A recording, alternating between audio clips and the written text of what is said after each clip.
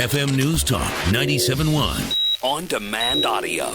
Our guest right now is Eric Bolling. You know him from the Fox News channel on The Five. Of course, he had a weekend program called Cashin' In, and he's a frequent fill-in for Bill O'Reilly. Eric, how are you?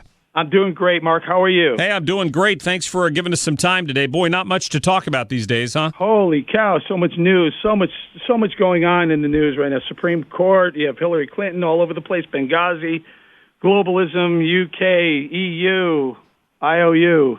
IOU. What's your take on this BREXIT issue first, before we get to talking about your new book you've got called Wake Up America? I just wanted to get your take on that.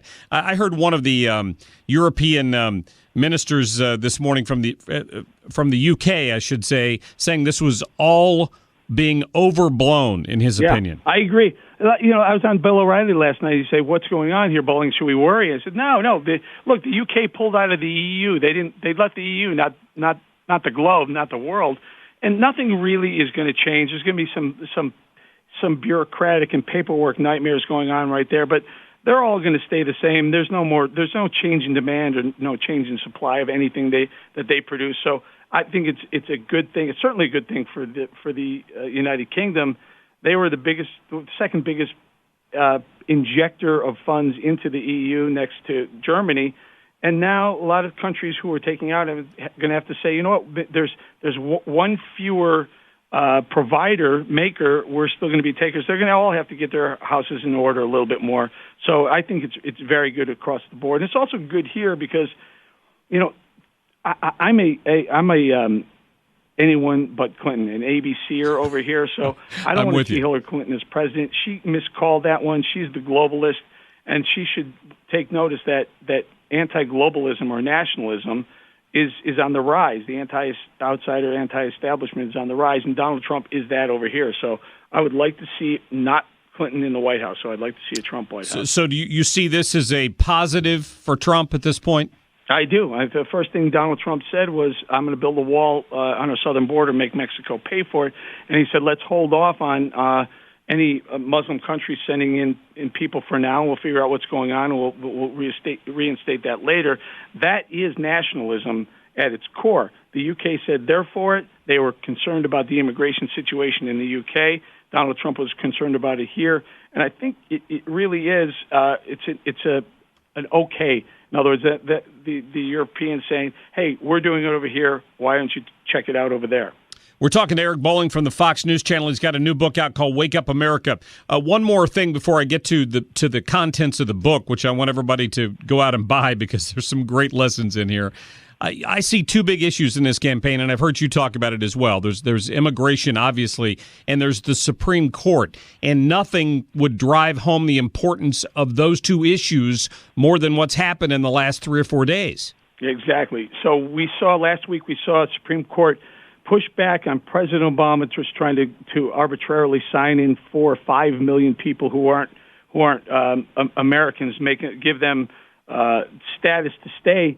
And the Supreme Court said no. It was a 4-4 tie. It sent it down to the lower court. The lower court had already said no. But the point is, if you have a Hillary Clinton presidency, you know the court is now going to be 5-4 liberal, and then you may get 1 or 2 more liberals on the court. You could have a 6-3 or 7-2 liberal court, and that goes for a long, long time. Also, the undercourts will be staffed.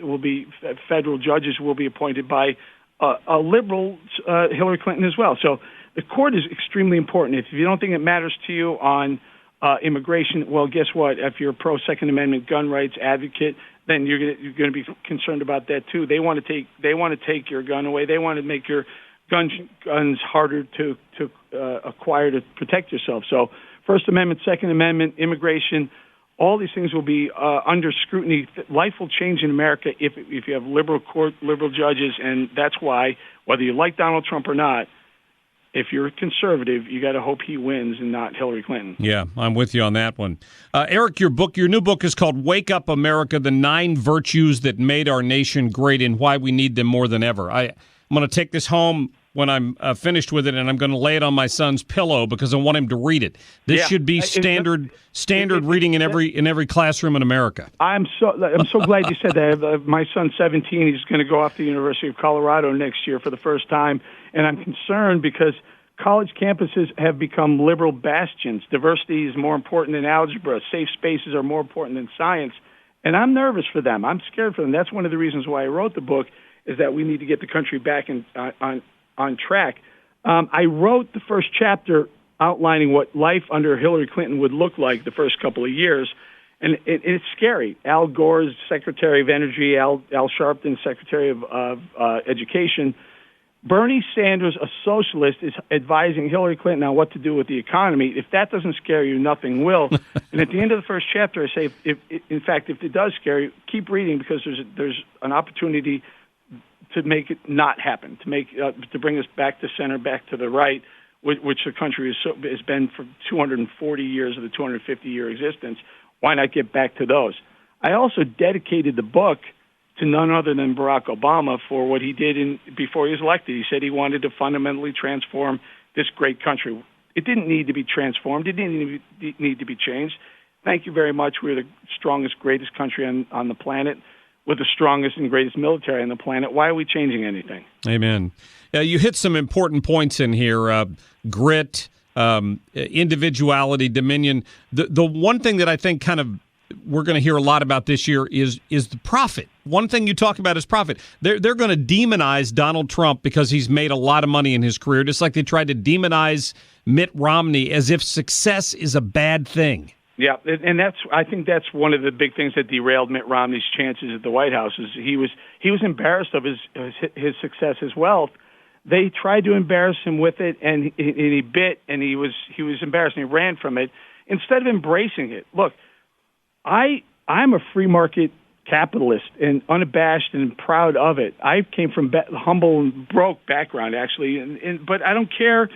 I will tell people that I think everyone should earn more and be successful and enjoy it and give and be caring and take care of people who are less fortunate. But don't be embarrassed by it. Donald Trump is the opposite of Mitt Romney on that spectrum, where he says, look, I made a lot of money because I'm a good businessman. Guess what? I can probably be a good businessman and turn the country in the right direction. Hopefully he does.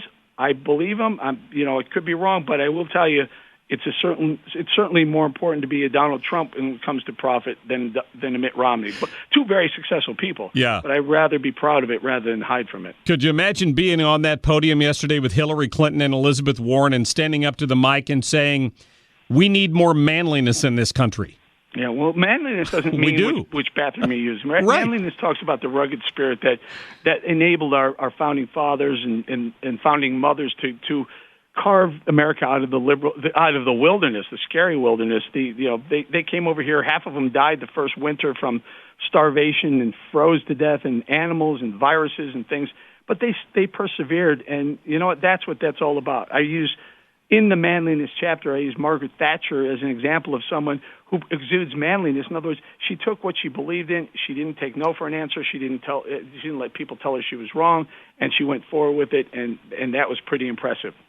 Yeah, that's true. Eric Bolling with the Fox News Channel. I see on here in your bio and that you grew up in Chicago. So being here in St. Louis, I have to ask, Cubs or White Sox? Obviously, Cubs. Oh, okay. Going to be a good season, brother. No. The only reason why I say that is I used to ride my bike to Wrigley Field every day, and I used to sit on Waveland Avenue and hope a home run ball would come over the fence, and we'd all run for it. But look, Southsiders, good luck to the White Sox. But honestly, I like the Cardinals too. Well, good for you. To say. I'm a big Cardinals fan. That's a good answer. The book is called Wake Up America. Hey, by the way, can I just tell you, I threw out the first pitch in St. Louis.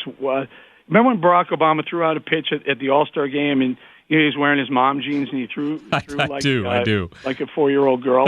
Well, the following week, it was the first opportunity I had the chance to throw a fastball from that same mound. You have a great stadium there. You have great conservative people there, too. Oh, thank you. And you played professional ball for a while, so that was easier for you, right? Played for the Pirates. Yeah, that's awesome. Eric Bolling, Wake Up America is the book. I encourage people to go out and check it out and give a copy to all their children. Thanks for joining us today. Thanks, Marc. Amazon.com. Thank you. That was Eric Bolling from the Fox News Channel. More to come here on the Marc Cox Show at 314-969-9797. We are back in just a minute.